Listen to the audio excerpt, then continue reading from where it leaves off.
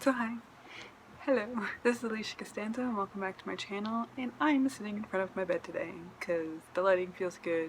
I felt like sitting on the floor, and yeah, we're here, we're doing it. Although I don't know too much about that background and its aesthetic purposes, but I'm gonna move you this way just a little bit because we're gonna talk about books in my TBR, and I'm gonna need space to show you books, so alright. I'm going to be playing with my Bookopoly board. So I'm going to do 6 rolls, but I'm going to be playing with doubles, so we'll see where that turns out. So let's see if the Bookopoly board is going to be nice to me today. Alright guys, just as a little bit of a heads up, last month was not that great reading. I mean, I can't complain. How many books did I read last month? Because it wasn't that bad. 1, 2, 3, 4, 5, 6, 7, 8 and a half books. I DNF'd one. I still have 2 more days, so hopefully I can finish book, what is that, number 9? I have 1 more day on my library loan, and I'm 60% of the way through the book, so if I could just like sit and read it for a couple hours, I think I'd be okay and get it in before it's due back, because there's already 8 people waiting for it and I don't want to wait that long to finish it because I have the next one on hold already. Anyways, I'm babbling. Let's go roll and play with my Bookopoly board. Let's go to roll number 1. What happens when you set up? You get kitties. Come on, you.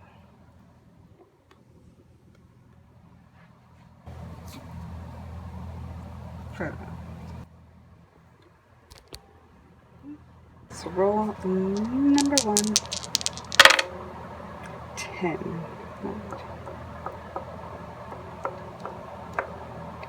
Creature fantasy. Okay, so roll number 1 is creature fantasy.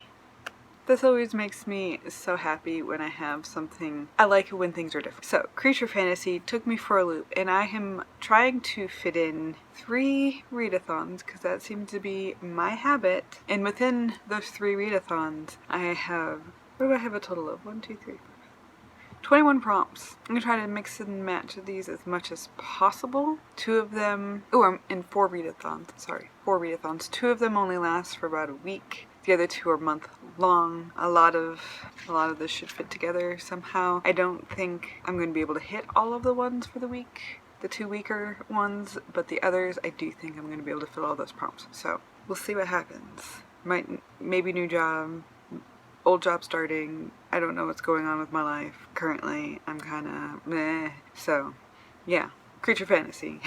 I chose The Lost Sisters by Holly Black. You'll notice that name keeps coming up. There's a good reason for it. This is fitting the N.E.W.T.S prompt. I'm going to try to do 3 of the N.E.W.T.s. So that's like 9 prompts. And this one fits with Ancient Ruins. For A, name that starts with a B. So Holly Black, name that starts with a B. Creature fantasy, N.E.W.T.s. And I think that also fit with Summer Scare. I'll link everybody below. I believe that's Jessica Williamson. And I'm going to do prompt purple on the cover for this. It's not completely purple, but it does have purple on the cover. So, there's my first book on my TBR. Okay, so if you didn't know, The Lost Sisters is like book 1.5 in the Folk and Air series, aka Cool Prince series I absolutely have loved. So this is Taryn's story between book 1 and 2. We'll see how much this changes my opinion of her. I'm not a big fan of hers, so I'm interested to see how this turns out. Roll number 2. Doubles. 4, 8. 1, 2, 3, 4, 8. So I got a free space. Roll number 2. I'm gonna call this a free space because I'm not in jail. So get to read whatever. Now I've had The Assassin's Apprentice by Robin Hobb on my TBR. Like, I've wanted to try to fit it in the last couple months, and I've had it waiting, and I even had a chance to get it one time, but it wasn't on my TBR for this month, so I had to put it off again. So it's going to be on my TBR for this month. It's like a 20 to 23 hour freaking book again, audiobook. I'm gonna have to be more diligent about reading or listening while I'm cooking, and yeah, because that's the only time I really get to do the audiobook right now. Okay, so I don't know much about what The Assassin's Apprentice is about. I do know, obviously, it's going to be some dude's assassin, this assassin and his apprentice, and we're probably going to follow the apprentice. It says that there's this bastard from the royal family, and he's cast out in the world, no friends, and he's lonely. His only magical link is with animals, which is an old art known as wit. It's the only way he really gets companionship, but since it is perilous magic if used too much, their words, royal nobility. So he's finally adopted into a royal household, and he has to embrace the idea of fighting, weaponry, courtly manners, and how to kill a man in secret, and becomes trained as the royal assassin, which seems interesting. I did enjoy that concept when I read Sarah J. Maas's Throne of Glass, I think is the first one. So we'll see how much of the hated tropes I have of epic fantasy and high fantasy, if that affects my enjoyment of this. I'm really hoping that it's a foul-mouthed, ill-mannered dude with some really powerful magic, because that's my jam, and hopefully some of the other tropes are the ones that I like and not the ones that I don't like, but I'm still figuring that out, so we'll see what happens. I hope I hate some people, I love some people, and I hope some people die. So yes, that is also going to be my prompt for A in potions, again for N.E.W.T.S for Sky on the cover. You think I'd use it for the epic fantasy in the Defense Against the Dark Arts, but I don't. I will get there though, so yes. Rule number 2. Rule number 3. Read again. Community shelf. So last time I had dragons. Let's shuffle these guys up.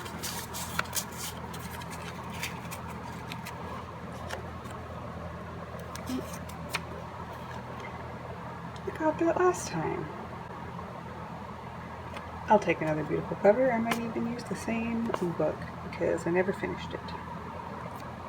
Rule number 3 is a community chest card. I got beautiful cover again. I did not end up choosing the one that I had before. Instead, I found something that had a beautiful cover that fit with some other prompts that I have. This one is Pride and Prejudice and Other Flavors by Sonali Dev. I hope I'm saying her name right, but beautiful looking name written down. I probably butchered it. I do that. Even when I've had somebody tell me, unfortunately, how to say their name every day for a full semester, I still couldn't get it right, and I didn't understand how I wasn't saying it right, but I'm sorry if I butchered your name, but Sonali sounds really pretty in my head, so anyways, so this is my beautiful cover, which means I'm also going to be participating in the Read-a-thons. I keep wanting to put an extra A in that, which is from the 11th to the 17th. And again, I'll link information below for this. And it's going to hit my prompt for reading an Indian author with an Indian main character. And what I know very little bit about this, because obviously it's a Pride and Prejudice type of retelling, which I love, even though I hate the original book. I love retellings of it, and this is going to be an Indian immigrant in America and her relationship with somebody her family opposes against. She's not supposed to... Let me just look this up because this is gonna... So it's an Indian family descended from royalty that have built their lives in San Francisco. And I love this. It is a truth universally acknowledged that only in an overachieving Indian American family can a genius daughter be considered a black sheep. It seems like her father... Oh no. She is a doctor, an acclaimed... Quit mowing. I know, you're looking for him, but he's not here, honey. I know, I'm sorry. He didn't go on purpose. I'm sorry, honey.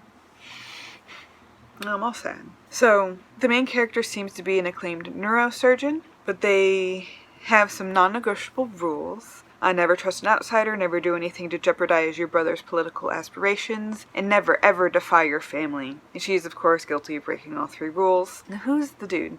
So, up-and-coming chef DJ Kane has known people like Trisha before, people who judge him by his rough beginnings, place pedigree above character. He needs the lucrative job that she offers, but he values his pride too much to indulge her arrogance. See, now we're getting into that fun clash of the 2 worlds that I like from Pride and Prejudice. Hi, baby. I'm really hoping that I like this. I really am, because I love most Pride and Prejudice retellings. So besides fitting with the Read-a-thon, it is also going to be my O for my Ancient Ruins, which is a romance. My kitty's trying to get me. And my diverse book for the Summer Scare 1 through 9, because romance is not usually my, I like it. I like romance, but I have to be in a specific mood for romance. I like romance usually in my other stuff. And I think that's also going to be I am also participating in the Heart-a-thon, and this is about like heroes and people who go against the status quo and all these other things. And so since the Pride and Prejudice was very much against the status quo, what it means to be female, what it means to be rich and poor, and all those other things, I think I'm going to do resistance to the status quo for this prompt. There's 4 prompts for this. I hope I get all 4 of them, but it really depends on the books, and I don't know much about the books. Oh my god, this cat is so cute. Hold on.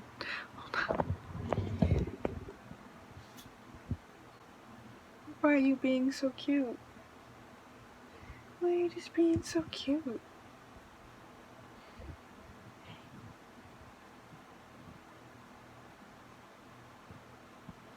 You're beautiful.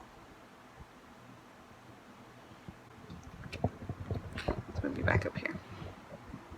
Anyway, that's rule number 3, and we're probably petting my Frodo over here for a while through this video. So let's go on to rule number 4. Rule number 4. 1, 2, 3, 4, 5, 6. Urban fantasy.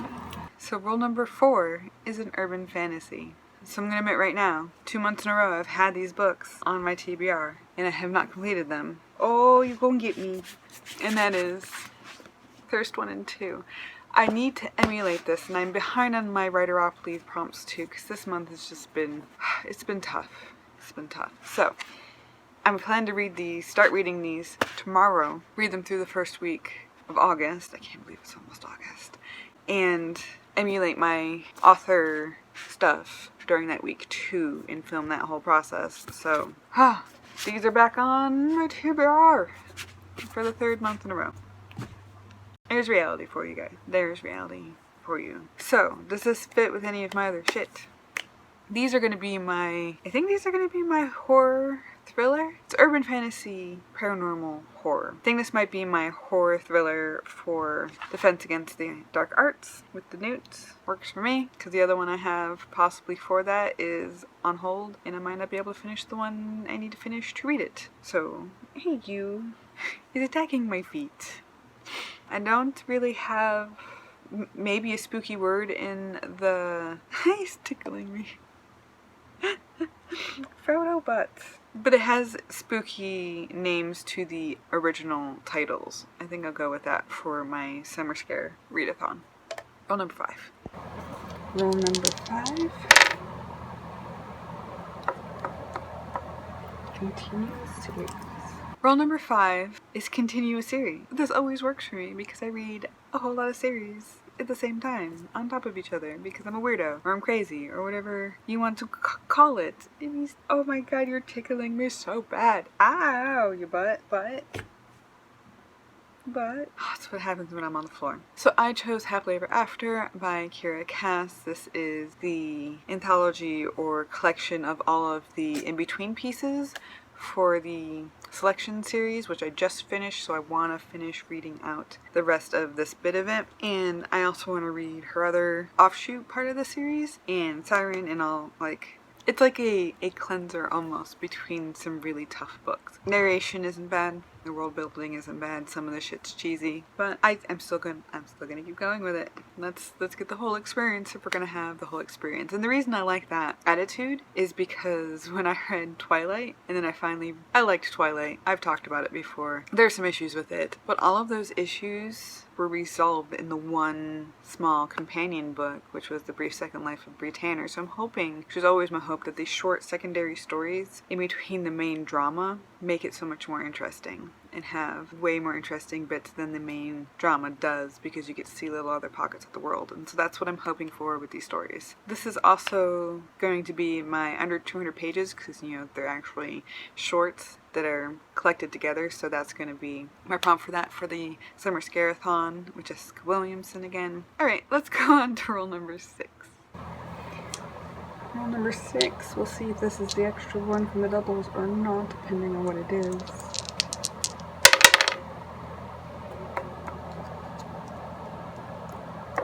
You should have read by. Rule number 6. you should have read by now. This works perfectly for something that I've been wanting to read for a while and that I wanted to fit on my TBR these last couple months, and that is The Adventures of Sherlock Holmes, Sir Arthur Conan Doyle, of course, or Conan Doyle, pronouncing names. I also want to read A Study in Scarlet, because it is technically the first one before this collection of shorts. So it's kind of like a companion 2-for-1, a lot for one type of deal. Anyways, so I'm definitely going to read that, and it also is going to fit into... So The Study in Scarlet, the Sherlock story, is going to be my classic for Ancient Runes to complete that section. And also, the Sherlock Holmes is going to be my E for potions for a name that starts with a D. Doyle. So there's my double whammy there. I mean, I could even reverse them. It doesn't really matter, but that's how I decided to separate them. And I'm also going to be using A Study in Scarlet for my education and reform for the Read-a-thon, because he is very clearly educated in a very specific way, and I think that is really cool because I cheat, and he says that every time he explains how he knows something that it makes him seem like a simpleton, because like, oh, well, that makes a whole lot of sense. Yeah, but you didn't see it. You gotta have the intelligence to be able to put all of that together, make sense of it, instead of just being separate pieces. That's why I chose it for education and reform. Alright, this will be my doubles roll, because I have something in mind for that. Roll number 7. Jail again. Okay, so roll number 7 is another free space, and so I'm going to use this as an opportunity to do a 10 chapter challenge, and I have transferred that little bitty one into a big container. This is still less than half now that I've still been getting free books. But that's going to be sometime next month. I will show you guys the 10 chapter challenge where I'll pull these out and read all 10 first chapters and then tell you which books I liked and which one I'm going to finish this month for my free space mood read challenge. I wonder if I'll fit any of those into any of my other things. We will see. I don't know. Those are my rolls. I still have a few more books on my TBR for this month. I already mentioned A Study in Scarlet makes 8 books. My next book is The Concrete Blonde by Michael Connelly, and this is only if I can finish reading The Black Ice, which is the one I'm currently reading that I have to get back today, which would be my horror thriller if I get it. I don't know if I need to or not. It's there because I like it, so there we go. My 10th book is going to be... Oh, and by the way, that is the Concrete Blonde. Michael Connelly is the Bosch series, Harry Bosch. I've been loving that series. Thank you, Dad, for getting me hooked on it. Though the commas, I just had a comma issue. Oh my gosh. Concrete Blonde. Gonna be solving another case. Don't need to really know what it's about. It's a detective story. I like it. My 10th book is a book from last month, again, that I still want to really complete, and it is an audiobook. That is Soulless by Gail Carriger, which is a steampunk training protocol type of series, and I love that type of stuff. I loved her other series, so we're gonna start it this month and try to roll over the ones that I didn't finish last month to actually read them because I want to. Which leads me on to number 11, which is Mr. Marshall's Method by JESSA York. I did read the first couple pages of this one just to see if I liked the style, and I really wanted to read it, and it seems alright. I mean, I enjoyed the writing. The writing was clean. It is, of course, about a student in high school and a new teacher relationship, so I'll see if it's cringy or not, and I'll let you know what I think of it. And that's all I know about it. So that's my book number 11, and I think... Am I fitting any of these into my other prompts? I should probably let you guys know if I'm doing that. Oh, I made a mistake. Soulless is going to be my sky on the cover. So Soulless is going to be my sky on the cover for N.E.W.T.S potions, and Robin Hobb, the Assassin's Apprentice, is going to be my over 450 pages for potions. It makes a whole lot more sense. That's why I fit that in there. That is why I fit that in there. Okay. Let's go back to the rest of the stuff I was talking about. Book number 12 is going to be a manga, and it is The Bride of the Water God. It looks really cool. I read the first couple pages to see if I liked it, and it is going to fit my prompt for demon/water and the defense against the dark arts, and it looks so cool, guys. It looks so cool. I'm pretty excited about it. I don't know anything other than it's a young bride sacrificed to the water god, and that's all I need to know. So, there we go. Book 13 is 3 Dark Crowns by Kendare Blake. probably butchering your name again, I'm sorry. This is my epic fantasy for Defense Against the Dark Arts, which is why I didn't choose The Assassin's Apprentice. And this one sounds really interesting. I, again, am worried about some of the epic fantasy tropes that I don't like, but we'll see how that works. I love a little bit of drama and horror in my fantasy, so I'm looking forward to reading that. All I know about this is I think there's 3 sisters, and they're pitted against each other, and only one can be queen, and they're triplets. I think they're triplets. Three women. They're gonna fight for the crown with magic powers. Looking forward to it. I have read a little bit that because it's a series, it draws it out a little bit more. I'm okay with that. I like series, so if this is good, I'll keep reading it. And there we go. Alright, so my last book is another pullover from before, and that is going to be Artemis Fowl. I got this for a chance card last month, or this month, in July. I didn't get to it, so I'm hoping to fit it in somewhere. I don't have it as attached to a prompt or anything. I just want to read it, and I'm hoping it'll be quick, so I hope that will happen. Artemis Fowl, never say his name right. Ewan Colfer, I think is how you say that. It's nice, bright, and shiny. It needs to happen, so it will keep being on my TBR until it happens. Alright, those are all of my books. For August, I still have a few prompts that I'm hoping will be fit with that free space, like art and technology. I still have to fit in for my Read-a-thon. Read in 24 hours for the N.E.W.T.S. Read N.E.W.T.S. India tricolors on the book would be saffron, green, and white, I believe. And I don't know about getting a ghost on the cover of any of my books for the summer scare-a-thon, but those are the other prompts that are for those read-a-thons. If you're interested in looking at them, please again, check out the links below and those creators who are awesome. And let me know if you're participating in any read-a-thons. I again love read-a-thons, so if you couldn't tell, I love challenges. Link me below the challenges that you are participating in this month, and I'll go check those out. Thanks for watching, guys. Bye!